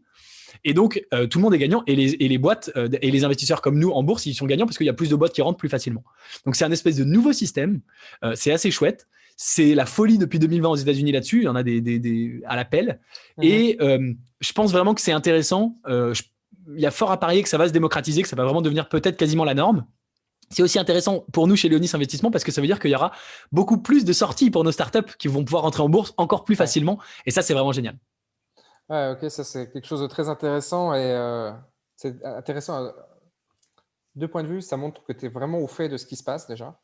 Donc, Bien sûr, c'est rassurant pour tes investisseurs et bah, voilà, c'est un super développement et c'est vrai que c'est important de suivre ce qui se passe aux US parce qu'ils sont vraiment novateurs. Enfin, oh oui, ils sont précurseurs. très très en avance sur nous, ouais, ça c'est sûr. C'est vrai, hein, c'est impressionnant. Hein. Ok, alors on va parler un peu startup. Ah bah, carrément. Je voulais faire, tu vois, un peu c'est même pas une partie, mais je voulais surtout que tu nous expliques ta philosophie, le chemin qui t'a mené à créer un club. Parce que dans l'audience, il y a beaucoup de gens qui souhaitent créer une société d'investissement. Et je trouve intéressant de te poser des questions autour de comment tu as fait pour créer, quel a été le chemin, quelles étaient les pensées, les étapes, etc. Et merci pour ça. Avec plaisir. Alors oui, parlons un peu startup parce que j'ai vu qu'allait être relancée l'émission Qui veut s'associer avec moi là, Qui veut être mon associé sur M6, sur M6. Donc il y a une saison, il y a une nouvelle saison 2 là qui va. Saison 2 ou saison 3, non? Saison 2 C'est la 2, ouais, c'est la saison 2, ouais. Ok, alors ça, c'est porteur aussi pour toi d'avoir des émissions comme ça qui popularisent un peu cette notion d'investissement dans des startups. Complètement. C'est hyper porteur parce qu'effectivement, ils ont alors l'audience n'est pas énorme. Enfin, c'est pas ce que eux ils espéraient, mais ça reste 3 millions de personnes. Donc c'est sûr que c'est plus que les 400 membres du Club Léonis. Et effectivement, moi j'ai bon espoir que peut-être des gens se disent tiens, enfin, si tu veux, ce qui est très compliqué avec ce que je fais, c'est que les gens quand ils regardent ça, ils se disent bah oui, mais c'est pas pour moi. Moi je peux pas investir parce que à la télé on te montre Marc Simoncini qui a revendu Mythique 350 millions, Frédéric Mazella qui a créé Blablacar qui vaut des milliards, etc. Donc le petit particulier il se dit c'est pas pour moi. Moi je peux pas faire ça. Donc, en tout cas, ça fait s'intéresser les gens aux startups et derrière, à moi de trouver le moyen d'être assez visible en ligne pour leur dire, bah si, c'est possible. Et voilà. En tout cas, je peux te dire que sur la saison 1, c'était il y a à peu près 2 ans, j'avais fait pour chaque épisode une vidéo où je reparlais des startups, je donnais mon avis à partir de mes critères d'investissement, etc. Et effectivement, c'est des vidéos qui avaient très très bien fonctionné pour moi. Oui, c'est vrai, tu faisais des lives d'ailleurs, hein, je crois. Hein. Le premier, je l'ai fait en live, effectivement. Et c'est aujourd'hui encore une des vidéos les plus vues de ma chaîne, dans le top 10 ou 15 des vidéos les plus vues, tu vois, sur plus de 800 vidéos. Okay. Et même après, c'était pas en live, c'était le lendemain, je faisais un débrief en disant, bah voilà, cette boîte-là, j'aurais pas investi pour telle et telle raison, celle-ci, j'aurais investi pour telle et telle raison, etc. Et donc, c'est des vidéos qui faisaient beaucoup plus que d'habitude, et des milliers de vues, des dizaines de milliers de vues. Et ça m'a effectivement apporté des gens, des nouveaux abonnés, en tout cas à ma chaîne YouTube, qui peut-être après, derrière, deviennent des nouveaux clients. Ok. Alors, parce que c'est vrai que ces émissions-là, comment toi, de ton œil de professionnel, comment tu les perçois? Est-ce que tu trouves qu'il y a des choses qui sont exagérées? C'est le reflet de la réalité? Comment tu les vois, ces émissions-là, toi? Écoute, alors, moi, j'aime beaucoup. En fait, moi, je suis fan de l'émission américaine qui s'appelle Shark Tank et qui est l'original. Enfin, alors, à l'origine, ça vient du Japon, hein, le tout premier. Mais en fait, les Américains ont très vite copié et la version américaine a largement dépassé tout le reste. Ils en sont, je crois, à la saison 11. Et moi, je regarde tous les épisodes. C'est la religion pour moi. J'adore ça. Je suis hyper fan, etc. Donc, alors, la version française est très différente de la version américaine. C'est un peu plus gentillet, tout le monde est super, etc. Alors qu'aux États-Unis, les mecs, ils y vont, parfois, ils se font dézinguer. L'investisseur dit ton produit est nul, voilà. Mais il y a une forme de bienveillance de dire, bah, si je trouve que ton produit n'a aucune chance de succès, je vais te le dire. Ils attaquent jamais les personnes. C'est toujours, voilà, ce produit, j'y crois pas. Maintenant, tu es entrepreneur, c'est super, et tu vas créer autre chose, et tu vois, voilà. Alors que en France, c'était vraiment un petit peu bisounours. Bon, c'est pas très grave, c'est peut-être l'état d'esprit français. Je trouve ça super intéressant parce que ça démocratise. Il y a aussi moi, ce que je trouve dommage, c'est que bon, ils sont obligés. En fait, chaque startup, ça dure à peu près 1 heure les conversations et il t'en passe que 10 minutes. Donc, tu rates beaucoup de choses. Qui pour moi sont essentielles. Et en fait, la personne qui fait le montage, elle va pas forcément choisir les choses les plus importantes en termes d'investissement. Elle va choisir les trucs pour faire de l'audience, l'émotion. Moi, je trouve qu'on loupe les chiffres. Voilà, exactement. On a rarement les chiffres, ça c'est un gros problème effectivement, alors qu'on les a toujours aux États-Unis et là on revient toujours au problème français. C'est-à-dire que tu peux pas parler d'argent, tu peux pas dire combien tu gagnes, tu peux pas dire que tu vois aux États-Unis, moi ça m'avait, pour tout te dire, même moi qui suis là-dedans, ça m'avait choqué parce que les mecs ils disaient oui je vends ce produit à la télé, tu vois devant aux États-Unis il y a des dizaines de millions de personnes, il dit moi je le vends $50 et ça me coûte $2 à produire. Et moi, je me dis, mais putain, il dit ça à la télé, il va se faire dézinguer, le mec. Tu vois, tout le monde va lui tomber dessus en disant, t'es un escroc. Et tout le monde sur le plateau lui dit, bravo, c'est génial, t'as une super marge. Et personne, voilà. En France, je pense que si tu dis ça, les gens, ils vont dire, ah bah, tu nous prends pour des pigeons, etc. Alors que t'es obligé de vendre beaucoup plus cher que ce que tu produis. Hein. C'est le principe, faut faire de la marge. Derrière, faut payer tes salariés, tes coûts, ton marketing, etc. Bon. Donc, c'est vrai qu'il manque beaucoup de chiffres et d'ailleurs ça se voit dans mes vidéos d'analyse où quasiment systématiquement il manquait des infos sur quelle était la marge, quel était le chiffre d'affaires, ce genre de choses. Bon, c'est pas très grave, sachant que probablement les investisseurs eux ils ont l'info et donc ils prennent leurs décisions voilà, c'est simplement nous on peut pas suivre tout leur raisonnement parce qu'on n'a pas toutes les données. Voilà, bon après ça reste de la télévision. Mais je trouve ça hyper bien. Ce qui est hyper intéressant, moi j'avais depuis longtemps l'idée de créer ce genre d'émission en France. Et puis bon, M6 m'a doublé, je peux pas faire la compète avec M6, il y a pas de souci là-dessus. Parce qu'en fait, ça peut potentiellement, si ça marche. Alors en France, la saison n'a pas très bien marché, mais aux États-Unis, ça a créé un cercle vertueux. C'est-à-dire que plus l'émission fonctionne, plus il y a des super boîtes qui veulent passer dans l'émission, plus il y a des super boîtes, plus ça fait une belle émission, plus l'émission fonctionne, plus ils attirent des belles boîtes, etc., etc. Ça fait un peu un cercle vertueux. C'est pour ça d'ailleurs qu'ils continuent aux États-Unis, parce qu'ils ont vraiment, c'est devenu un phénomène de société, quoi, quasiment. Donc je serais ravi que ça devienne en France. Ça peut que émuler, stimuler la création d'entreprises, les entrepreneurs, l'entrepreneuriat, la démocratiser, le faire connaître. Donc, C'est vrai voilà, que why moi, not? j'avais vu, c'était donc Dragon's Den en Angleterre.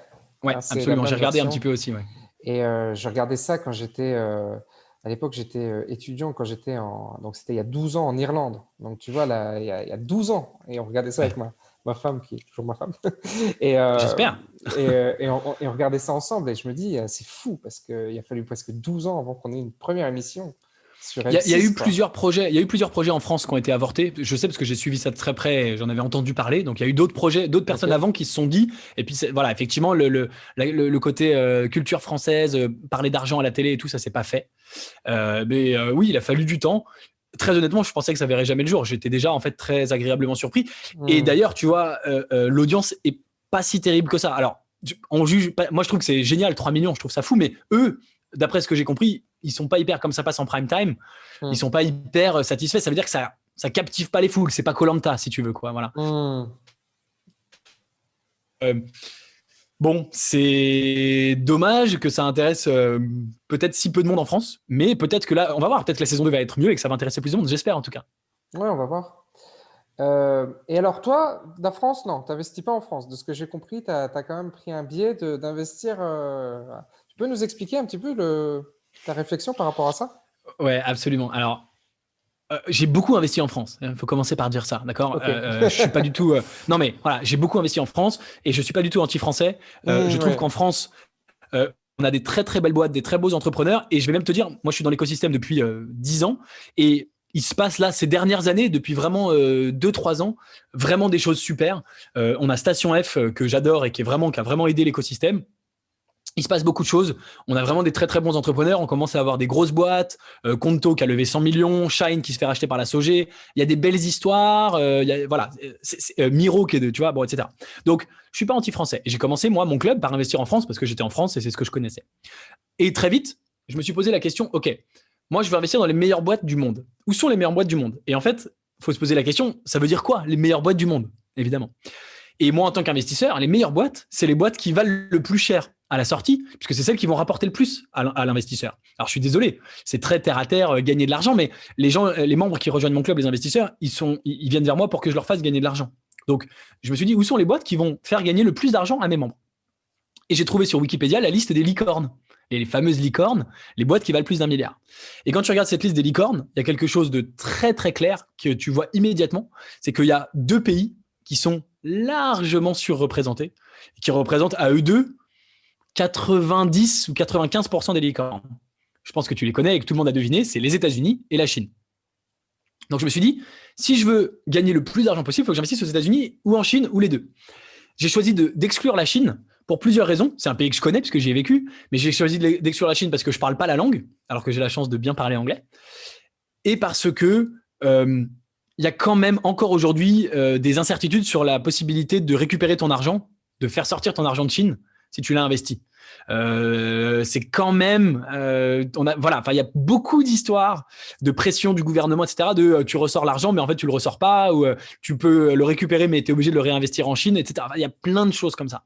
Donc je me suis dit, déjà c'est pas mon propre argent. Si je commence à envoyer des millions et des millions et que derrière les gars je leur dis, bah désolé, le gouvernement veut pas. En plus la moitié vont croire que c'est moi qui suis parti avec le pactole, tu vois.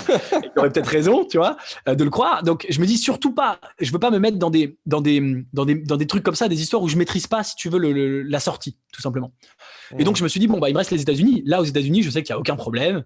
Là-dessus, c'est un pays qui est réglo et où l'argent, on est sûr qu'il pourra revenir en France et il n'y a pas de souci. Et donc, je me suis dit, bon, bah, il faut que je me tourne vers les États-Unis. Alors, au début, j'ai commencé petit à petit. Ça ne s'est pas fait du jour au lendemain. Je ne connaissais pas grand monde. Donc, j'ai commencé en faisant un peu des deux. Continuer en France et puis de temps en temps, si j'avais une opportunité aux États-Unis. Voilà. Et puis, ça s'est fait petit à petit. Et puis, effectivement, aujourd'hui, j'ai la chance d'être très, très bien implémenté dans cet écosystème de la Silicon Valley, d'avoir accès à des milliers de dossiers tous les ans et donc d'avoir largement de quoi faire ma sélection pour faire une dizaine, quinzaine d'investissements par an avec le club uniquement américain.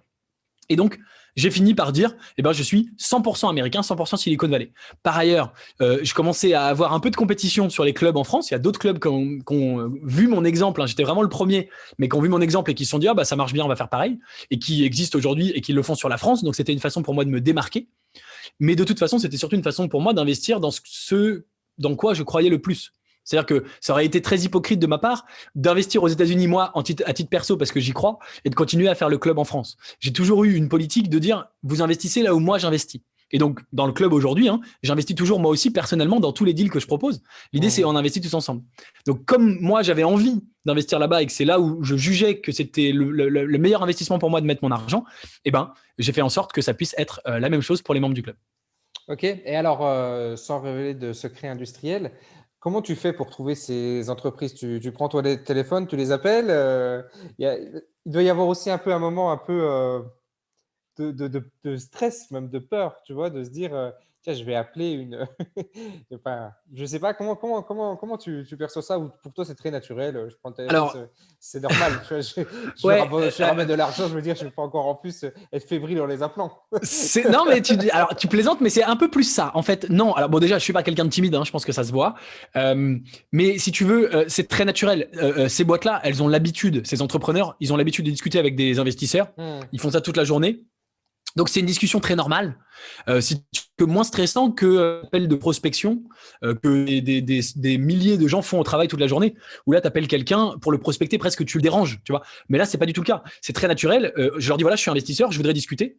On discute. C'est une conversation hyper ouverte. Ça nous engage à rien. On fait connaissance, on se découvre. Et puis après, si on veut aller plus loin, qu'il y a un intérêt d'un côté comme de l'autre, là, on peut entrer dans des discussions, etc. Mais voilà. Donc, c'est des discussions très, très limpides et naturelles, et il n'y a aucune pression de ma part ni de la leur. Encore une fois, ils ont vraiment l'habitude. Moi, j'en fais des dizaines et des dizaines par semaine, mais eux aussi, puisqu'ils sont en train de lever des fonds, ils en font des dizaines par semaine. Donc, il n'y a pas un très, très gros enjeu, surtout au début. Le but, c'est de faire connaissance. Raconte-moi ce que tu fais. Je te pose des questions. Voilà.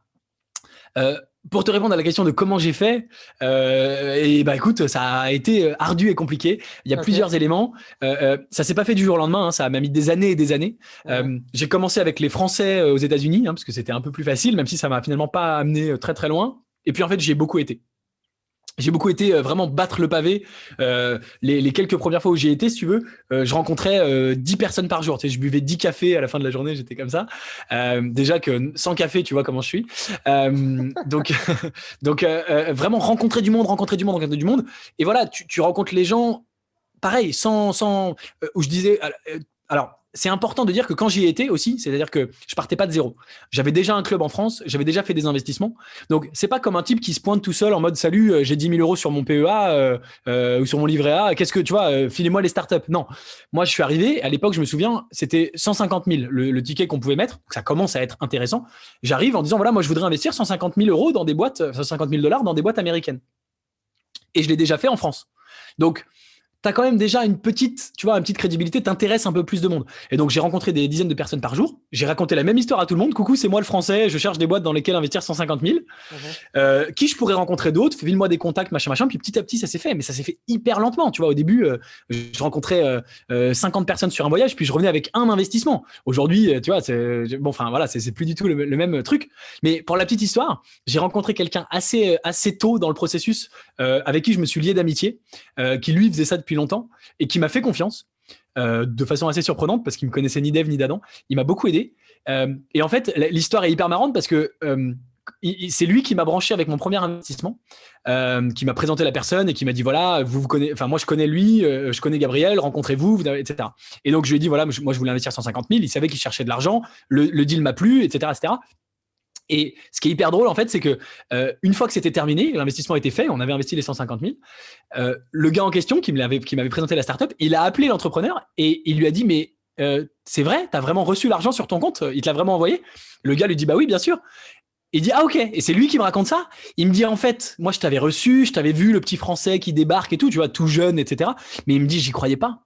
Il me dit j'ai pas cru. Je me suis dit que ça allait jamais aller au bout, que ça allait voilà. Et donc une fois que j'avais fait le premier pas, et si tu veux, quand tu débarques déjà en disant j'ai 150 000 euros à investir, c'est pas rien, qu'ensuite tu le fais vraiment, c'est-à-dire que c'est pas que des mots mais c'est des actions, bah si tu veux, petit à petit je me suis acheté ma crédibilité. Aujourd'hui les gens ils voient les boîtes dans lesquelles j'ai investi, les montants, ils se disent ok, il y a 3 mois il a posé 500 000 balles sur cette boîte là que je connais et que je peux appeler et je l'appelle, ah ouais c'est vrai, etc. Et Gabriel il était comment? Il a été génial, il m'a vachement aidé. Et bah les gars ils se disent bon bah c'est bon, aujourd'hui si tu veux je suis légitime. Hmm. Ça s'est fait petit à petit, mais voilà. Donc, c'était très drôle. Il m'a aidé. En fait, il y croyait pas vraiment. Et quand il a vu que je le faisais vraiment, et quand tous les autres derrière ont vu qu'effectivement je le faisais vraiment, ils ont compris que voilà, on n'était pas là pour rigoler ou pour blablater. J'étais là Il y a pour faire du une, business, quoi. il y a une similarité avec la reprise d'entreprise, puisque c'est toujours pareil, c'est le premier deal qui est toujours le plus critique, en fait. Bien sûr. C'est-à-dire, parce qu'il faut que tu sois légitime dans l'écosystème dans lequel tu évolues, quoi. Et toi, c'est exactement pareil, il faut être légitime dans l'écosystème dans lequel tu évolues. Et ça, cette crédibilité, elle se construit de plein de façons différentes. Toi, tu l'as fait de cette façon-là. Et Oui, absolument. C'est peut-être plus facile pour moi parce que j'ai commencé par investir tout seul, puis par faire des tout petits deals en France. La reprise d'entreprise, tu es peut-être obligé de commencer gros. Et donc, à mon avis, c'est peut-être plus dur. Mais voilà. ça dépend, tu peux le faire de deux façons. C'est soit tu t'entoures de gens qui l'ont déjà fait Ouais. et tu constitues un board, soit tu peux le faire toi avec des gens qui vont te financer, qui vont te mettre à tes côtés. Il y a plusieurs façons de le faire. Bah, écoute, Gabriel, moi j'ai fini mes questions. Est-ce que tu veux rajouter quelque chose? Est-ce que tu aurais un conseil, par exemple, pour bah, voilà, notre audience qui souhaite se lancer un peu dans les créations de sociétés d'investissement? Qu'est-ce que tu pourrais, s'il y a quelque chose à dire, ça peut aussi rien avoir à dire. Écoute, alors un conseil pour se lancer dans la Je pense que création de sociétés d'investissement, ouais, je tu as sais pas. beaucoup répondu déjà, parce que moi, ce que je retiens de notre échange, c'est surtout la persévérance et que les choses qui durent prennent du temps. C'est quelque chose que j'ai déjà répété, mais Ça c'est sûr. je crois vraiment, vraiment à ça. Et, au début, c'est lent. Au début, c'est Ouais, lent et c'est normal en absolument. fait. Parce Ouais, que tout à fait. les bases, elles sont importantes et couler des fondations, il faut du temps pour qu'elles sèchent. Et, c'est pareil. Ouais, c'est clair. Ok. Ça, c'est hyper important et je vais même te dire, on l'a évoqué, mais on n'en a même pas tant parlé que ça, mais c'est vraiment ce qui me définit mon parcours pour être arrivé aujourd'hui, c'est vraiment la persévérance. C'est-à-dire que les 8 boîtes que j'ai plantées, évidemment, tu t'en doutes, c'est jamais facile de repartir. Tu te plantes une fois, il faut repartir. Tu te plantes deux fois. Et quand tu es entrepreneur, tu le sais probablement très bien, ta boîte, c'est un peu comme ton bébé. Et c'est toi, c'est ta création. Et donc, quand tu te plantes, en fait, tu te dis pas, ah bah, j'ai planté ce projet. Ça reflète sur toi. Moi, quand je me plante, je me disais, mais je suis nul, en fait. Je me plante parce que je suis une merde et parce que j'ai aucune compétence et que je vais jamais y arriver. Mhm. Et tu te plantes une fois, tu peux recommencer. Mais effectivement, tu te plantes deux fois, trois fois, quatre fois. Et au bout d'un moment, je me suis dit, bon, bah, je suis pas fait pour ça, en fait. Je suis pas fait pour ça. Je vais pas y arriver. Ça fait 3, 4, 5 fois que j'essaye et j'y arrive pas. Donc, c'est vrai que la persévérance, c'est vraiment la définition même de ce qui m'a amené là où j'en suis aujourd'hui. Et effectivement, c'est probablement l'un des meilleurs conseils qu'on pourrait donner à quelqu'un. Pour autant, je crois que pour pouvoir encaisser, pour pouvoir être persévérant sur le long terme, je pense qu'il faut vraiment avoir une certaine forme de passion, ce que moi je pourrais appeler le feu sacré. Si vous n'avez pas la passion, si vous le faites pour l'argent, etc., laissez tomber, vous allez vous user et ça ira pas au bout. Donc moi, j'ai toujours eu la passion de monter des business. Donc c'était de toute façon pour moi hors de question d'arrêter. J'avais tellement cette passion-là, mais c'était dur, hein, on va pas se mentir. Hein. Le regard des autres, la moquerie des proches, etc. C'était dur, des amis. Euh, voilà, il faut avoir le feu sacré. Et si vous avez le feu sacré, vous serez persévérant et vous y arriverez. Donc toi, tu crois beaucoup au fait de faire quelque chose qui nous plaît, parce on entend aussi à l'inverse, des gens qui disent faut pas mêler passion et business, ça doit être très séparé, très cloisonné. Moi, je suis pas dans cette école-là, et je crois que toi non plus. Mais non, franchement, ça dépend, tu vois. C'est pas parce que tu es passionné de golf que je te dirais monte forcément un business de golf. Je trouve que moi j'étais passionné de start-up et que ça correspondait bien, mais Ouais, c'est y a, sûr que ça tombe bien. ouais, tu vois. Mais il y a passion et passion, tu vois. Moi, par exemple, je suis passionné. Enfin, j'étais maintenant, j'ai plus le temps, mais j'étais passionné de séries. J'ai revu toutes les séries possibles et imaginables. J'ai réfléchi à monter un business dans les séries, mais c'est du divertissement, c'est pas, tu vois. Mmh. Euh, donc, je sais pas si je déconseillerais ou si au contraire je dirais allez forcément suivre votre passion. Je dirais plutôt ayez le feu sacré. C'est pas forcément une passion, c'est savoir pourquoi vous êtes là, savoir pourquoi vous vous levez le matin, pourquoi vous le faites. Et encore une fois, de pas être là pour le fric, de pas être là pour la facilité, de pas être là pour tu vois, c'est plus ça. Mais même si tu es passionné de golf, mais que tu montes un projet sur autre chose, tu vois, tu reprends une entreprise, une usine de boulons, t'as pas besoin d'être passionné de boulons. Mais tu peux être passionné par la Le préservation de process. l'emploi, voilà, le process, tu vois, des genres de choses. Voilà, Et exactement. tu sais, parce que je sais pas si tu le sais, mais j'ai un incubateur dans lequel j'aide des gens à faire de la reprise. Et je commence par ça, justement. C'est quoi ce que tu appelles le feu sacré? Tu vois, qu'est-ce qui fait, pourquoi ton niveau d'enthousiasme, il n'est pas au niveau auquel il devrait être? Et il y a une partie des gens, ça va être, bah, moi, je suis passionné de sport et bah, c'est facile de les aligner avec le sport et de reprendre une entreprise en sport. Mais des fois, les gens, c'est plus compliqué, ils ne perçoivent pas parce que c'est un mécanisme en fait. Toi, ils sont passionnés d'un mécanisme ou de faire évoluer quelque chose. Et ça s'applique à tout.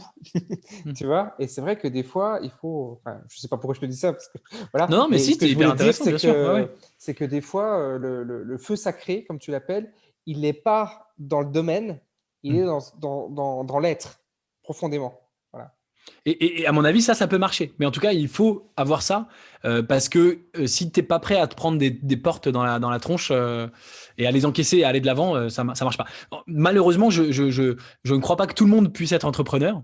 Probablement pas repreneur, je sais pas. Mhm. Et je trouve ça dommage parce que par ailleurs, je trouve que c'est une aventure extraordinaire. Mais voilà, il faut avoir cette capacité à encaisser, à aller de l'avant. Par contre, si tu as cette capacité, le jeu en vaut vraiment la chandelle, je trouve.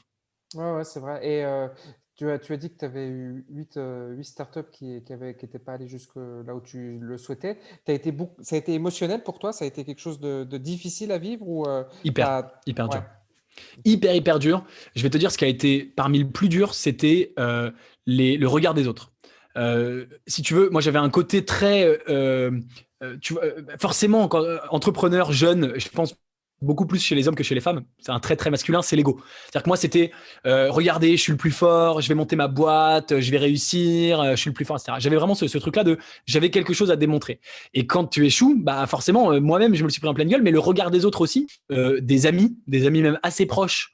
Euh, qui se moquaient un peu. C'était pas méchant, mais alors, qu'est-ce que tu as planté comme boîte ce mois-ci, qu'est-ce que tu vas encore nous inventer comme projet à la con tu bidouilles encore dans ton coin, tu vois, sous-entendu, il est mignon le petit là à faire ses conneries, mais nous, on est sérieux, on travaille dans les grands groupes et on a un vrai job, et tu vois. Donc ça, c'était vraiment difficile pour moi voilà, d'avoir ça, de me prendre ça. Hmm. Et un autre truc qui a été difficile, c'est le regard de ma mère. Et voilà, maman, bisous. Voilà, en fait, ça partait d'un bon sentiment, mais tu sais, tes proches, ils veulent ton bien et ils ont peur. Et donc ma mère, elle comprenait pas et c'est pas qu'elle voulait que j'arrête, mais tu vois, elle m'interrogeait, elle me disait, mais t'es sûr que tu veux vraiment faire ça? Genre, est-ce que tu serais pas plus tranquille dans un job à arrêter de souffrir? Parce qu'elle voyait, si tu veux, que je souffrais. Ça partait d'un bon sentiment de sa part, mais elle me renvoyait genre bah, tu devrais arrêter quoi. Et c'était hyper douloureux pour moi parce que je savais qu'elle voulait mon bien enfin bref, donc ça a été hyper dur pour moi à vivre. Ça a été hyper douloureux et comme je te le disais, l'espèce de remise en question de dire j'ai raté et j'arrête pas de rater, bah, c'est parce que je suis nul, je suis pas assez fort. Je voyais des gars à côté de moi, tu vois, des mecs de mon âge réussir quasiment du premier coup. Hmm. Je me disais merde, moi ça fait 4 fois 5 fois et tu vois, t'apprends des choses. Je me dis là j'ai fait des erreurs mais maintenant je fais plus ces erreurs là, j'ai appris et je me plante encore. Je me disais merde quoi, je suis vraiment trop nul. Voilà, il y a vraiment un côté mon ego. Alors aujourd'hui j'ai complètement enlevé tous les histoires d'ego, j'ai arrêté ça, j'ai beaucoup travaillé sur moi et évidemment on se libère de ça, on se sent beaucoup mieux. J'étais beaucoup plus jeune, beaucoup plus immature, mais ouais, honnêtement ça a été hyper douloureux. Voilà, j'ai eu en fait une chance, comme je te le disais, c'est que j'étais tellement passionné, ma passion était au-dessus de mon ego et de ma douleur. Et donc, si tu veux, pour moi, il était hors de question, mais hors de question que je me salarie. Je pense que j'aurais presque préféré être vagabond ou partir monter une ferme en Ouganda ou j'en sais rien, mais que je retourne dans le salariat et entre guillemets que j'abandonne, c'était impossible, inconcevable. Je viens pas d'une famille d'entrepreneurs, hein, mais c'était Hmm. impossible. Et donc, ce truc-là était tellement au-dessus que j'en ai bavé, j'ai souffert, mais j'avais ce truc, il fallait que j'y arrive, quoi. Voilà. Donc bon. Bah, écoute, merci beaucoup pour ce partage parce que je sais qu'il y a beaucoup de gens qui vont s'identifier dans ce que tu es en train de dire et qui sont justement dans cette étape douloureuse. Donc, j'en connais, je sais que j'en accompagne, donc je sais que ça va beaucoup servir d'entendre ce que tu viens de dire. Eh Et ben bravo super, pour tant mieux. ça. Et ça renforce aussi le fait que je suis persuadé que l'enthousiasme est un facteur commun de succès. Je ne connais pas un entrepreneur qui ait réussi sans un niveau d'enthousiasme Tout à extraordinaire. fait. C'est vrai, c'est important. D'enthousiasme et d'optimisme. Alors moi, je suis trop Ah, ok. optimiste. Je le sais, on me le reproche parfois, en tout cas, on me le corrige. Je le prends en compte maintenant, tu vois, quand je prévois un truc, je prévois des trucs tels. Et puis je sais qu'en fait, je vais être un peu en dessous parce que je suis trop optimiste. Mais dans l'ensemble, je pense que c'est plutôt un atout, même si parfois ça peut me jouer des tours d'avoir été trop optimiste, mais dans l'ensemble, c'est vraiment un atout. Tu vois, de me dire que au final, il va y avoir, au final, je vais y arriver, quoi. Voilà. Non, mais c'est important de le dire. Et peut-être que j'en ferai d'ailleurs une vidéo sur ce qui m'est arrivé aussi à moi, parce que on a toujours cette vision, et YouTube est un prisme déformant par rapport à ça, de ça va bien, ça réussit, etc. Et on ne le montre pas. Enfin, je veux dire, peut-être que tu en as fait une, mais on fait peu de vidéos sur pourquoi on n'y est pas arrivé, tu vois. Ou quand on le fait, on le fait, mais on sait pourquoi on le fait. C'est vraiment qu'on a posé ça et que l'émotion est retombée, quoi. Mm. Parce que justement, c'est très émotionnel parce qu'on est tellement investi. Et J'ai fait pas mal de vidéos là-dessus sur ma chaîne YouTube. Enfin, la plupart des vidéos effectivement sont positives, mais déjà, moi, j'ai fait des vidéos tous les jours quand j'ai commencé mon club. Les 2 oui, c'est premières vrai, années, tu as il fait y a ça, des toi. vidéos quotidiennes. Et du coup, en fait, tu vois mon évolution. C'est-à-dire que je suis parti de rien. Tu regardes les premières vidéos de la chaîne en 2017, il y avait que dalle. Il y avait un club avec 3 pecnos, il y avait 0 investi et il y avait rien. Donc déjà, tu as vu entre guillemets mon évolution. Tu vois, il y a pas eu que la réussite sur YouTube. Il y a eu c'est mon cheminement, je partage, tu vois ce que je fais. J'ai quand même fait plusieurs vidéos. J'ai fait une vidéo qui s'appelle « Je te partage mes années de galère » où je raconte tout ça, comment j'ai galéré, etc. C'est bien. J'ai fait une vidéo, à un moment, j'ai perdu 19 000 euros sur un deal que j'ai, voilà. Et j'ai fait une vidéo qui s'appelle « J'ai perdu 19 000 euros ». Et elle a fait beaucoup de vues, tu sais, les gens tout de suite, ils veulent voir, etc. etc. Je sais pas si tu te souviens, quand il y a eu l'énorme bulle sur le Bitcoin là, en décembre 2017, si je dis pas de bêtises. Non, ouais. En décembre 2017, là, il y a eu une énorme bulle sur le Bitcoin et ça a éclaté. Et à ce moment-là, j'ai perdu à peu près 150 000 euros en valeur parce que ça avait beaucoup monté. Et j'ai fait une vidéo en disant j'ai perdu 150 000 euros en une semaine. Et tu vois, donc je dis aussi les trucs un peu négatifs. Pareil, une vidéo qui a eu beaucoup de vues, je le fais parce que ça fait des vues, parce que les gens ils adorent, ils se disent mais parce que les gens ils se disent simplement pour dire que je fais ces vidéos là parce que ça fait des vues, et les gens ils adorent, il y a un petit côté curiosité, mais je pense que ça fait des vues parce que les gens ils se disent enfin quelqu'un qui partage des choses vraies et des choses négatives, et effectivement ça change. C'est assez unique sur YouTube. Quelqu'un qui dit j'ai perdu 150 000 euros en une semaine, tu te dis très, très putain, rare. qu'est-ce que c'est que cette histoire, quoi. Ouais, voilà. Alors qu'en fait, tous les entrepreneurs qu'on connaît, ils ont tous eu quelque chose. Absolument. Des galères, ouais. Il y en a peut-être un qui a réussi, mais tout le monde a eu des galères. Non, mais c'est sûr. Tout le monde a eu des galères, ouais, c'est certain. Et c'est bien de le dire parce que ça donne un peu de baume au cœur aussi. Ouais, c'est clair, c'est clair. Ok, Gabriel, écoute, est-ce que tu as quelque chose à rajouter? Est-ce qu'il y a un point que j'ai pas évoqué que tu aurais bien voulu écoute, c'est pas mal du tout. Qu'est-ce qu'on peut dire? Rien. Si, on peut dire venez investir dans la Silicon Valley avec nous, c'est super. Alors, on s'amuse bien. Comment on te retrouve là? Ça doit être difficile de taper Gabriel Jean-Rosson. Tu dois être dans les. C'est dur de me rater. Donc, le plus facile pour me suivre, c'est de s'abonner à ma chaîne YouTube. Sur mon site internet, vous pouvez vous abonner pour recevoir mes emails. J'écris toutes les semaines. Voilà. Après, vous pouvez me retrouver sur LinkedIn, sur Twitter. Je suis assez facile à trouver. Ok, écoute, merci Gabriel, et puis merci chers amis de nous avoir écoutés. Je vous invite à regarder les autres interviews de la chaîne, puisqu'il y en a un certain nombre qui viennent. Je vous mettrai un petit lien quelque part, des fiches, etc. Vous savez comment ça marche. Je vous dis à bientôt. Ciao.